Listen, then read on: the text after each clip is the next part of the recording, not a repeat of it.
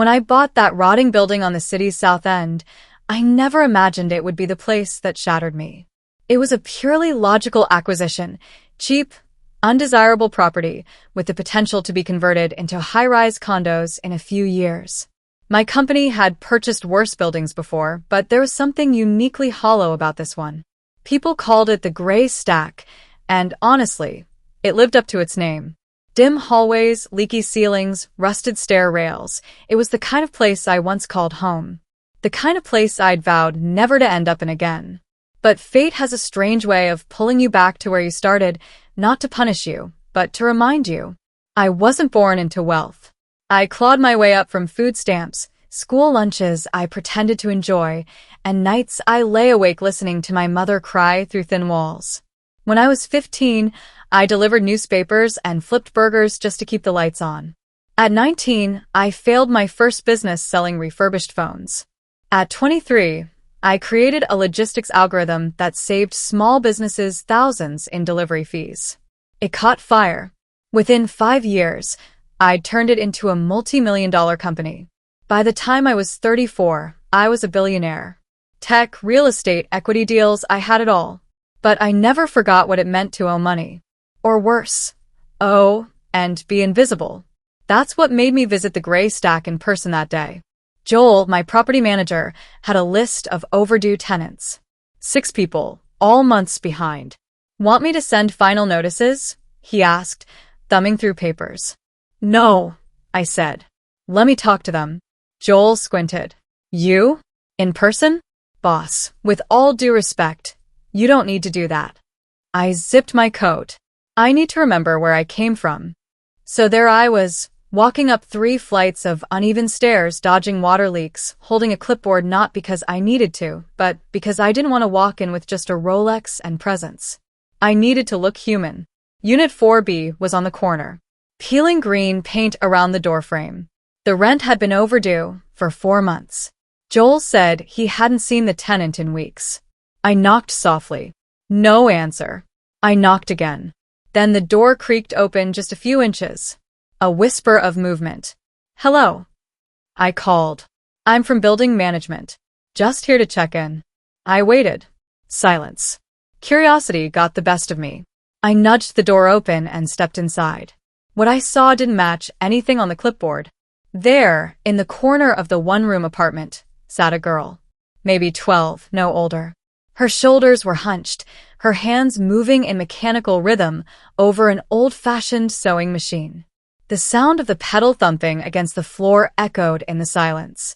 The only light came from a flickering bulb overhead, casting long shadows over bolts of faded fabric and half-finished garments piled around her. She didn't look up. Not at first. She just kept sewing. I cleared my throat. Is your mom home? That's when she paused and looked up. Big eyes, rimmed with exhaustion. Her lips were dry, her skin pale. She's resting, she said. She's sick. I hesitated. Are you doing this for fun? She shook her head. To pay rent. That answer hit like a brick to the chest. I couldn't speak for a moment. I just stared at her. This child, barely strong enough to lift her own shoulders, bearing the weight of an entire household. What's her name? I asked quietly. Anaiya. And your mom? Zara. She can't work anymore. I do what I can. The air was heavy with more than just dust. It was layered with despair, survival, and something else. Something raw, determined, familiar. I looked around. No TV. No Wi-Fi router. Just thread, fabric, a stack of bills pinned to the wall, and a paper calendar with numbers circled in red. Rent due dates. Can I talk to your mom? I asked gently. Anaiya pointed to the bedroom. She sleeps a lot. It hurts to wake up. I walked to the door, but didn't go in. I didn't need to. I knew that kind of illness. Chronic, untreated. The kind that gets worse when life gets harder. The kind that people ignore until it becomes irreversible because they can't afford the fix. I returned to where Anaiya sat, still watching me with quiet fear, like I might say something that would shatter their fragile world. I sat on the floor across from her. You're very good, I said, nodding toward the sewing machine. She gave the faintest smile. Mom taught me. For the next 10 minutes, I just listened. Anaiya told me about how Zara used to design clothes before she got sick. How they moved here after her father vanished. How she picked up her mom's old hobby to try and sell things online, but no one was buying. How much are you behind on rent? I asked. 3 months. It's okay. We understand if we have to go. Go where? Those words haunted me. That night, I didn't go home to my glass penthouse. I drove around aimlessly. I thought about my sister, who died at 9 from an infection that could have been treated with a $20 prescription. I thought about my mother, who used to patch our clothes with borrowed needles. And I thought about Anaiya sewing to survive. I pulled over, gripped the steering wheel, and cried for the first time in years. Money hadn't hardened me, but it had distracted me. That was going to change. The next morning, I skipped every meeting on my calendar. I didn't answer emails. I didn't return calls. For the first time in years, I walked into my own office not as the billionaire CEO, but as the boy who once slept under a staircase wrapped in a jacket that smelled like oil and onions. I asked my assistant to call Joel. 10 minutes later, he stepped into my office with a folder in hand and his usual smirk. You want updates on 4B? I nodded. And every other tenant who's behind. Joel sighed. Sir, we've got a list. But 4BS the worst. Kids sewing at midnight. No lights in the bathroom. I say we push an eviction. It's overdue. I looked him dead in the eyes. That girl's name is Anaiya. She's 12. Her mother's dying in the next room. She's keeping that home running on a spool of thread. Joel blinked, clearly thrown off. Oh. I didn't know. No. You didn't care to know. That's when I realized wealth distances you not only from poverty, but from people. From empathy. I'm handling this myself, I told him. And from now on, we start treating tenants like humans, not line items. He left in silence. That afternoon, I returned to the gray stack, carrying 2 things, a warm meal from my chef and a sketch pad from my desk drawer. The same one I'd used to design the flow system for my first company. Something told me it was time to redesign something else, this time not for profit but for purpose. Anaiya answered again. Her eyes widened when she saw me holding food. I thought we were getting evicted, she whispered. Not today, I smiled. I brought lunch. She stepped aside, unsure, but let me in. Zara was awake this time, barely. She was curled on a thin mattress in the back room, her frame too delicate, her eyes dull with fatigue. But even in her weakened state, there was a softness to her gaze. A quiet pride when she looked at her daughter. You're the landlord? She asked, her voice hoarse. I nodded. I'm sorry we're late. I was going to ask for a few more days, but she coughed, her voice breaking. You owe me nothing, I said. You already paid, through your daughter's courage. Tears spilled down her cheeks. I sat on the floor again, same spot as before, and opened the sketch pad. Anaiya, you said your mom used to design clothes. Do you have any of her old sketches? She ran to a corner, pulled out a shoebox, and handed it to me like it was sacred. Inside were designs, elegant, practical, inspired. Dresses with motion. Coats with clever folds. Even as a non-designer, I could see brilliance in the lines. Real talent. These are gold, I said, flipping through them. Zara coughed again, trying to sit up. I made some samples, but no one bought them. No brand. No platform. That's about a change, I said. Right then, I made a decision, not as an investor, not as a businessman, but as someone who knew how far one chance could carry someone. I would fund them. Not a handout. A partnership. Over the next 3 weeks, I assigned one of my best project managers to help Zara and Anaiya. We turned the apartment into a temporary studio. I sent in electricians, internet providers, and furniture, quietly, no luxury, just dignity. We scanned her designs, photographed samples, and set up an online store under the name House of Anaiya. I paid for marketing, a small fulfillment team, and a launch campaign designed to tell their story, discreetly but powerfully. Before we went live, I asked Zara, what her dream had been before everything collapsed. "I wanted to dress real people," she whispered. "Not models. Not runways. Women with real lives." And just like that, our brand's mission was born. Fashion for the unseen. The launch was modest. A few Instagram ads. Some behind-the-scenes clips. And then something strange happened. An influencer with over 1 million followers stumbled upon the story. She ordered a dress. Then another. She posted a video wearing it saying, "This feels like it was made with love." The orders flooded in. Within 5 days, the tiny operation couldn't keep up. We outsourced a local women's shelter to help stitch garments. Zara oversaw quality. Anaiya managed customer messages and packed every order with a handwritten thank you note. I funded everything, but I took no equity. They weren't my charity. They were my mirror. One afternoon, I returned to check on them. Zara was sitting upright, stronger, her color returning. Anaiya ran to show me their first full collection sketchbook, now bound, labeled, and already pre-ordered. "Do you know what you're doing here?" I asked her, kneeling beside her. She grinned. "Building something that can't be taken away."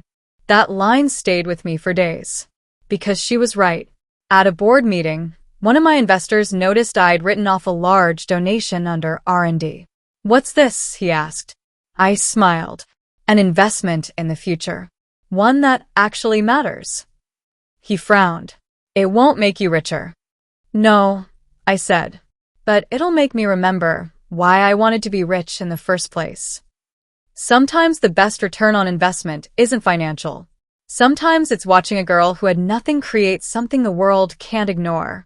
Success, I've learned, doesn't always roar. Sometimes it hums gently in the background, like a sewing machine operated by tiny hands in a dim apartment filled with hope.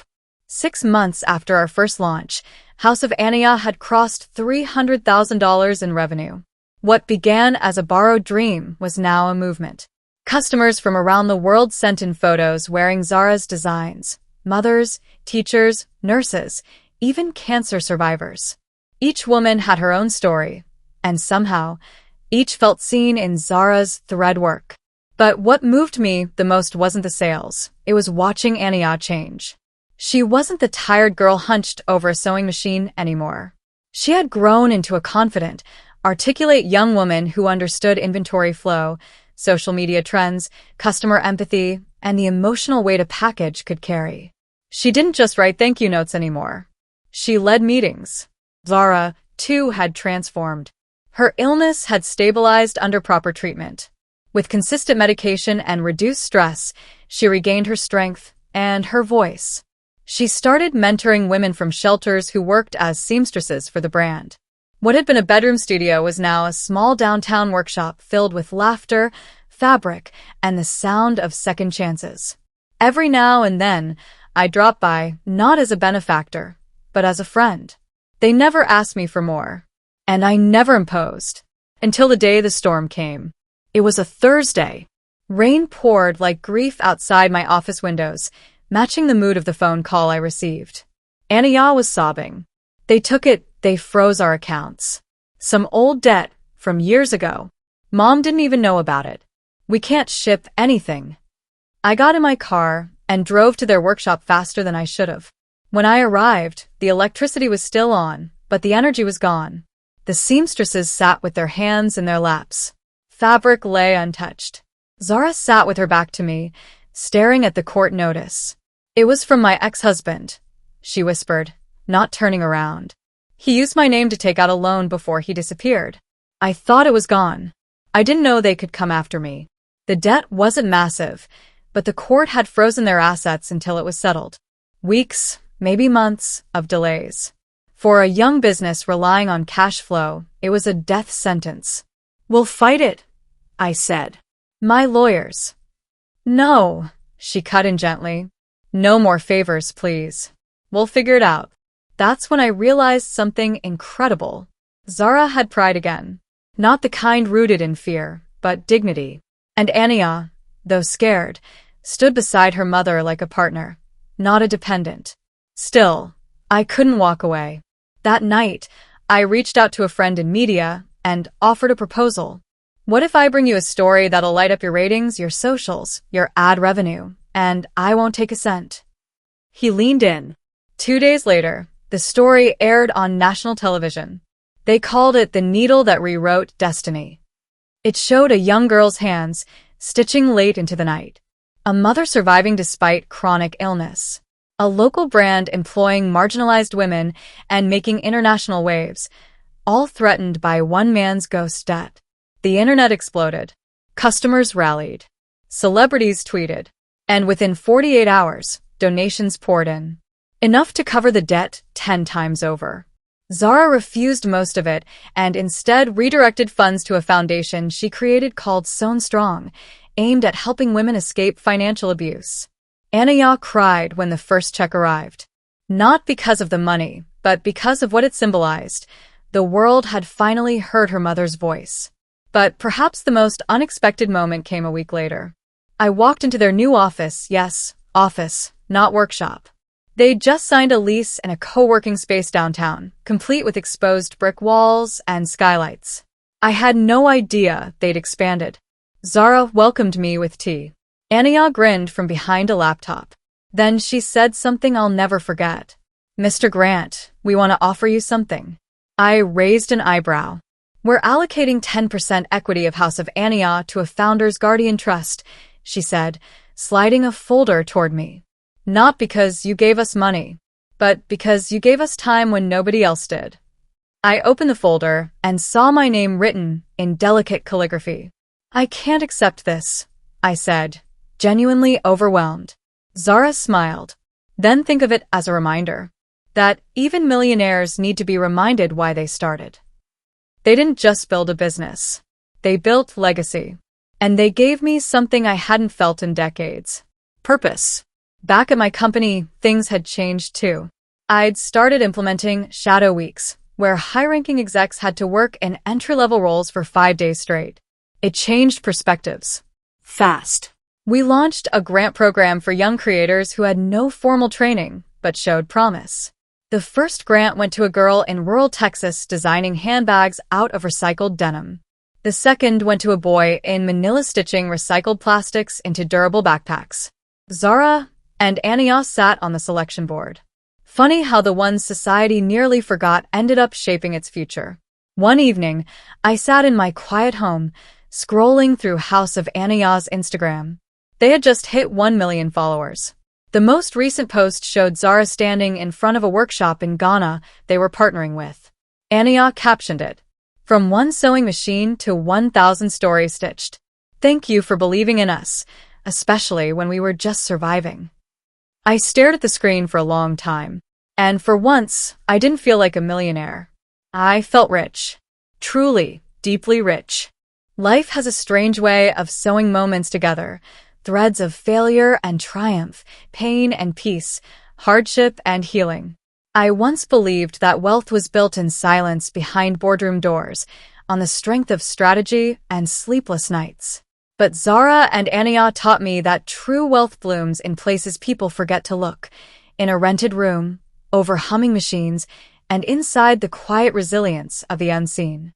1 year after that life-changing day in the small apartment, I found myself seated in the front row of House of Anaiya's debut runway show at New York Fashion Week. Yes, Fashion Week. What began with donated fabric and an exhausted girl stitching beside her sick mother had grown into an international movement. The room was filled with celebrities, press, designers, and influencers, but the energy wasn't typical. It wasn't just glamour, it was gratitude. Each model who walked the runway was a woman from the communities they served. Former refugees, survivors of domestic abuse, single mothers. Every design had a name. The Maya, the Thandai, the Zara. When Anaiya stepped on stage at the end, dressed in a deep blue jumpsuit she had designed herself, the crowd stood in thunderous applause. She didn't wave like a rising star. She folded her hands in front of her and whispered, "Thank you." And that moment hit harder than any IPO bell I'd ever rung. Zara sat beside me, dressed simply in white linen, her health stabilized. She leaned over and whispered, "I never thought I'd live to see this day. But now, I just want to live long enough to see what she becomes. I didn't respond. I couldn't. My throat was tight. That show wasn't just fashion, it was a declaration. Of survival. Of grace. Of rebirth. After the event, we walked through Central Park, the autumn leaves cascading like blessings from above. Mr. Grant, Anaiya said, her voice steady, can I ask you something personal? Of course. Why were you even collecting rent that day? Don't you have people for that? I chuckled. I do. But something felt off about that building. Tenants were missing payments, and I needed to see it for myself. And then you found us. No, I said. You found me. She raised an eyebrow. I was running my company like a machine. I'd forgotten what it felt like to care without calculation. You reminded me. She didn't say anything. She just nodded and walked a little slower, as if trying to stretch that moment. Months passed, and the brand continued to grow. They signed a global distribution deal with a major ethical fashion house. Zara became a voice for fair wages and safe working conditions in textile factories. Anaiya was named in Forbes 30 Under 30, and schools began inviting her to speak. Still, they never left their roots. Every quarter, they hosted Sewing Sundays, inviting people from all walks of life to learn stitching, share stories, and contribute to a communal quilt made of scraps from their collections. Each quilt was auctioned, and the funds went to causes ranging from scholarships to community shelters. One Sunday, I visited their new multi-story creative studio. I saw a young boy, no older than 10, stitching beside his mother. He looked up and asked, "Did you used to sew?" Zara, laughing nearby, said, "He stitched lives together instead." It was the highest compliment I'd ever received. Eventually, I made a decision that shocked my board. I stepped down as CEO of my real estate empire. I didn't want to chase buildings anymore. I wanted to build people. So I founded the Grant Fellowship for Grit, a funding and mentorship initiative for entrepreneurs who came from nothing but dared to imagine everything. And our very first mentors? Zara and Anaiya. At the launch event, I stood at the podium, staring at the crowd of ambitious eyes, and said something that had been sitting in my heart for a long time. Success is not built on how high you can climb. It's built on how many hands you reach down to pull up. Then I paused. And if you ever forget what that looks like, go to a tiny workshop on 12th and Bramble. There, you'll find two women, one born from struggle, the other forged by it, stitching the world back together, one thread at a time. After the applause faded, I stepped off stage and found them both smiling, arms linked. That night, I visited the old building where it all began. I didn't own it anymore. I donated it to the city as a free housing and business incubator for women-led startups. But I wanted to see it one last time. I walked past the door of their old apartment, the paint still chipped, but the aura unchanged. I knocked softly. No answer. Just silence.